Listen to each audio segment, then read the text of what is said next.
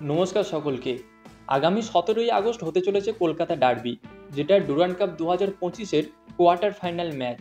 আর এই ডার্বিটা বিগত 4-5 বছরের ডার্বির মতো হবে না। মানে বিগত 4-5 বছর ধরে আমরা দেখেছি মোহনবাগানই জিতে চলেছে, ইস্টবেঙ্গল জিততে পারছে না। একটা ডার্বি ম্যাচ কোনো রকমে জিতেছিল, যেটা ডুরান্ড কাপ ছিল বোধহয় 2023 সালে। সেই ম্যাচটা ছাড়া কিন্তু ইস্টবেঙ্গল মোহনবাগানকে হারাতে পারছে না বিগত 4-5 বছর ধরে। কিন্তু এই বছর কেন ডার্বিটা একটু অন্যরকম হতে চলেছে, এই বছর কেন মোহনবাগান চাপে থাকবে, একটু হলেও চাপে থাকবে, এই বিষয়টা ডিটেলসে আলোচনা করব এই ভিডিওতে। সেই সঙ্গে একটা বিষয় যেটা কমেন্টে অনেকেও জিজ্ঞাসা করছিলেন যে দাদা মেহতাব সিং এর খবর কি, সেই বিষয়টাও আর একবার বলবো এই ভিডিওতে। এবং সেই সঙ্গে এই ডুরান্ড কাপ 2025-এ কোন প্লেয়ার গোল্ডেন বুটের জন্য এগিয়ে আছে এবং গোল্ডেন বলের জন্য এগিয়ে আছে আর গোল্ডেন গ্লাভসের জন্য এগিয়ে আছে, এই বিষয়টাও কথা বলবো।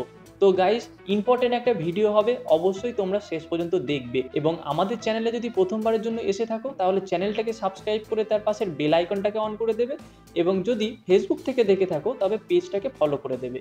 তো চলো এবার ভিডিওর মেন টপিকে যাওয়া যাক। তো প্রথমে যদি কথা বলি, এই বছর ডার্বিটা কেন একটু অন্যরকম হবে। ভাই, অন্যরকম বলতে এইবারের ডার্বিটা কিন্তু কড়াক্কড় ডার্বি হবে। মানে বিগত 4-5 বছর ধরে যেভাবে হচ্ছে সেইভাবে কিন্তু হবে না। মোহনবাগান 3-1, 2-0, 3-0 এই ব্যবধানে জিতছে, খেলা এক পেশে হয়ে যাচ্ছে, এইরকম খেলা কিন্তু হবে না।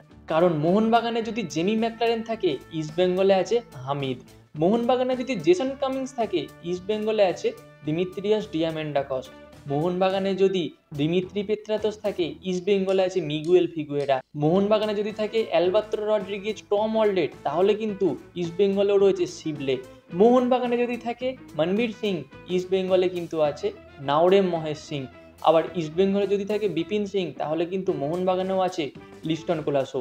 গোলকিপার মোহনবাগানে বিশাল খাইত থাকলে ইস্টবেঙ্গলেও কিন্তু রয়েছে পপসুখান সিং গিল। তো ভাই, এইবারের ডার্বিটা কিন্তু অত সহজে ইস্টবেঙ্গল ছেড়ে দেবে না। এইবার কিন্তু একটা কড়াক্কড় লড়াই দেখব, কাঁটায় কাঁটায় লড়াই হবে।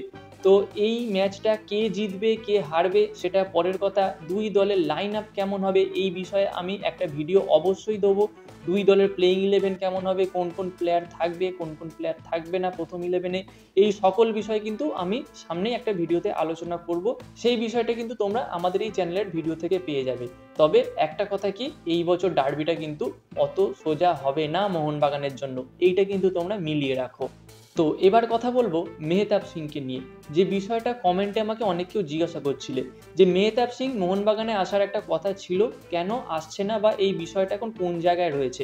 এই বিষয়টা নিয়ে আমি অনেক আগেও একটা দুটো ভিডিও বানিয়েছি, এই ভিডিওতেও আর একবার বলে দিই। তো মেহতাব সিং এই সময় মুম্বাই সিটি এফসির সঙ্গেই রয়েছে। মোহনবাগান মেহতাব সিংকে অফার করেছিল, কিন্তু মেহতাব সিংয়ের কন্ট্যাক্টও এই সময় মুম্বাই সিটি এফসির সঙ্গে শেষ হয়ে গিয়েছে। কিন্তু মেহতাব সিং এখন মোহনবাগানে আসবে কি মুম্বাই সিটি এফসিতে কন্ট্রাক্ট এক্সটেন্ড করবে। মুম্বাই সিটি এফসিও কিন্তু মেহতাব সিংকে ভালো একটা অফার করেছে তাদের দলে খেলার জন্য।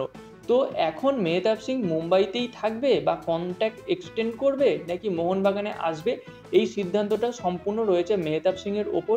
তবে এই সিচুয়েশনে মানে কারেন্ট সিচুয়েশনে যেটা দেখতে পাচ্ছি, আমার যেটা সিক্স সেন্স বলছে মেহতাব সিং কিন্তু মোহনবাগানে আর আসবে না।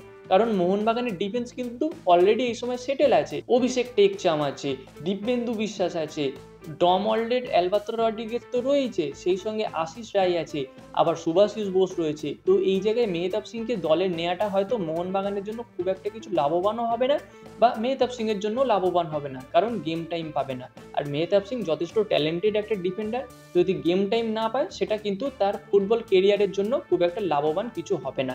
তো এই জায়গায় দাঁড়িয়ে তোমরা ধরে নাও যে মেহতাব সিং মোহনবাগানে আসবে না। তো এই গেল দ্বিতীয় আপডেট। এবার যদি 3 নাম্বার আপডেটটা নিয়ে কথা বলি, যে এই ডুরান্ড কাপ 2025-এ কোন প্লেয়ার গোল্ডেন বুটের জন্য এগিয়ে আছে, সেইটা হলো এই মুহূর্তে রয়েছে লিস্টন কোলাসো এবং আলাদিন আজরাই। এই দুজনের কিন্তু 5টা করে গোল করেছে, 3টে করে ম্যাচ খেলেছে, 5টা করে গোল করেছে। এই দুটো প্লেয়ারই কিন্তু এই মুহূর্তে গোল্ডেন বুটের জন্য সমান জায়গায় রয়েছে। এবং ঠিক তাদের নিচে রয়েছে লুকা মার্জিন এবং তার নিচে রয়েছে ক্লেইটন সিলভা।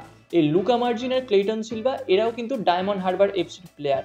তো এই মুহূর্তে এই ডায়মন্ড হারবার এফসি দুজন রয়েছে সেকেন্ড পজিশনে আর থার্ড পজিশনে, আর মোহনবাগানের লিস্টন কোলাসো আর নর্থ ইস্টের আলাদিন এরা কিন্তু 1 নাম্বার পজিশনে রয়েছে 5টা করে গোল করে।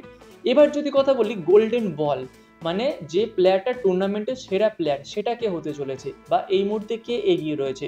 দেখো গোল্ডেন বলের দৌড়েও কিন্তু এই মুহূর্তে রয়েছে এই দুজনই, লিস্টন কোলাসো এবং আলাদিন আরজাই।